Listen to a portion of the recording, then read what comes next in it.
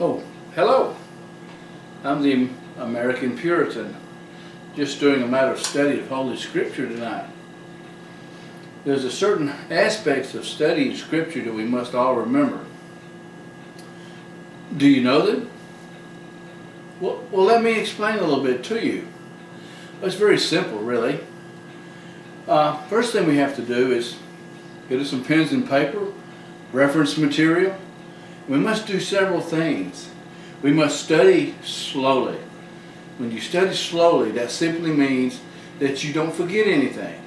You read it slow, where you don't skip over words. Words like to, it, be, and thee, which in the American society are the most skipped over words in our language. We must always study Scripture slowly, not to miss anything. Secondly, we must use every resource available. This is just a few. I use the internet. You know, today in the internet, you can be just a click away from the Israeli archives of history of the Israeli people. Just a click away. It's so great. God is so good. The third thing we need to remember to do is remember what century you're studying. You're not studying Jesus Christ in the 23rd century. You're studying Him in His century. You need to understand how people of His day lived, walked, talked, communicated, what they wore, what they ate, how they slept, what type of housing they lived in. You must remember, you cannot put this century into Christ's century. Fourthly, we must remember that the language in which the New Testament that we all study and love so dearly was written in Koine Greek. And Koine Greek simply means that it was a national, regular, everyday Tom Joe language of the Greek.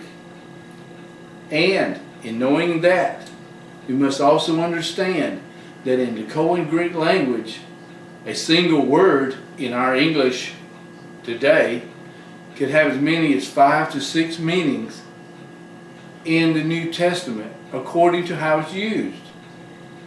So we can't simply say the word, for instance, tongue is merely a language of an unknown origin.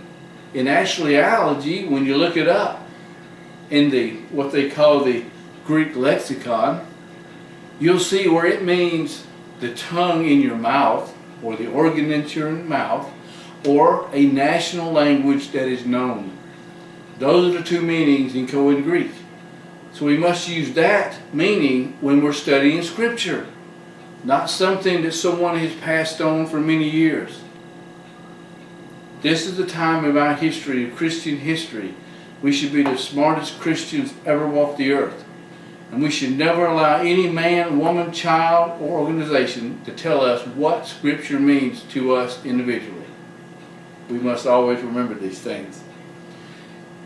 And lastly, we must also remember, Scripture tells us we must study ourselves to be approved. There's two scriptures that come about to me, and that was 2 Timothy 2:15 and, of course, Acts 17:11. Pull those up in your book and read them.